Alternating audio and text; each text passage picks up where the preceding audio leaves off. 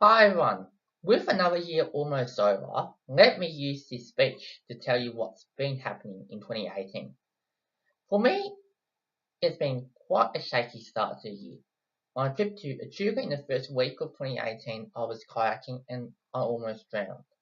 Had it not been for two elderly people who came to my rescue, I might not have been here delivering this speech today.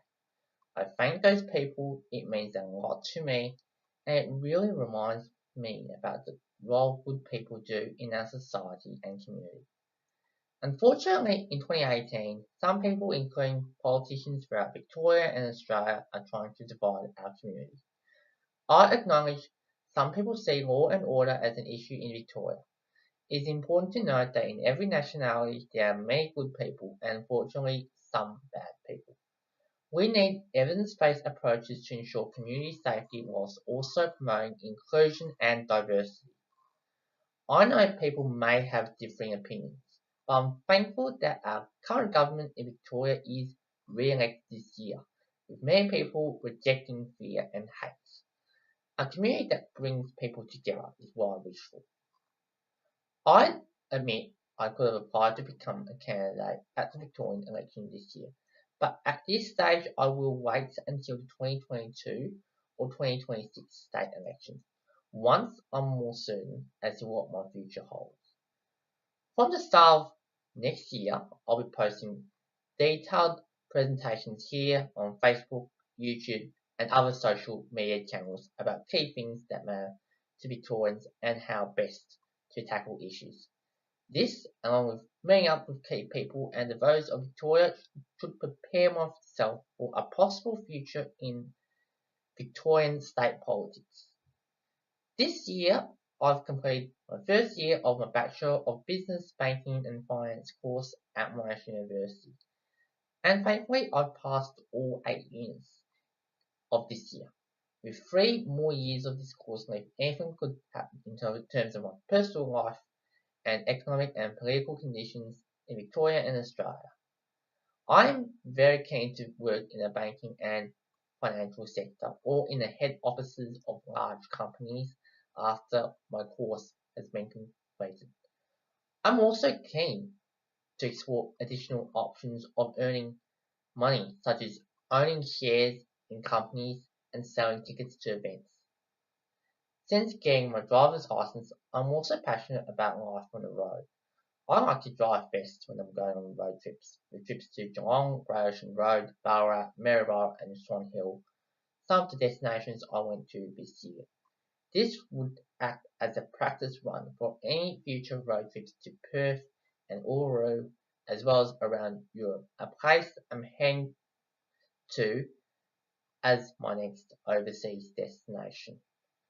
Looking ahead, I'm keen to drive big buses later down the track, and I could also see my future road trips as a great marketing opportunity as well. Given I'm particularly interested in Mercedes and BMW vehicles. Throughout 2018, we have been through the highs and lows. At the best of times, we had the wedding of Prince Harry and Meghan Markle, a new addition to the royal family, attempts to unify North and South Korea, the Winter Olympics, Commonwealth Games, and the FIFA World Cup. 2018 was also marred by several unfortunate events, including acts of Mother Nature in Australia and abroad, the ball tampering scandal involving our cricket team, and the fruit tampering scandal affecting Australian farmers at a time where they are already facing drought. Our courage, strength, and heroism are being demonstrated through the rescue of a Thai soccer team from a cave at the middle of this year, with Australia one of several countries participating in the rescue mission. Surprisingly, back home, we also have a new Prime Minister, which is about the sixth Prime Minister we had in a decade. And with a federal election just months away, it's interesting to see what happens before then. If I had to sum up 2018, I'd say there has been ups and downs throughout. I have to acknowledge that if I was to continue to be successful in my personal life and in university, I will need to adjust my lifestyle. This will include keeping in touch with friends more often, something that unfortunately I've lacked in 2018, particularly given now that I'm at university and particularly given some challenging times. To all of you that are listening to my speech, I miss you and I miss you a lot. My thoughts are with the families and friends of people who lost their lives this year.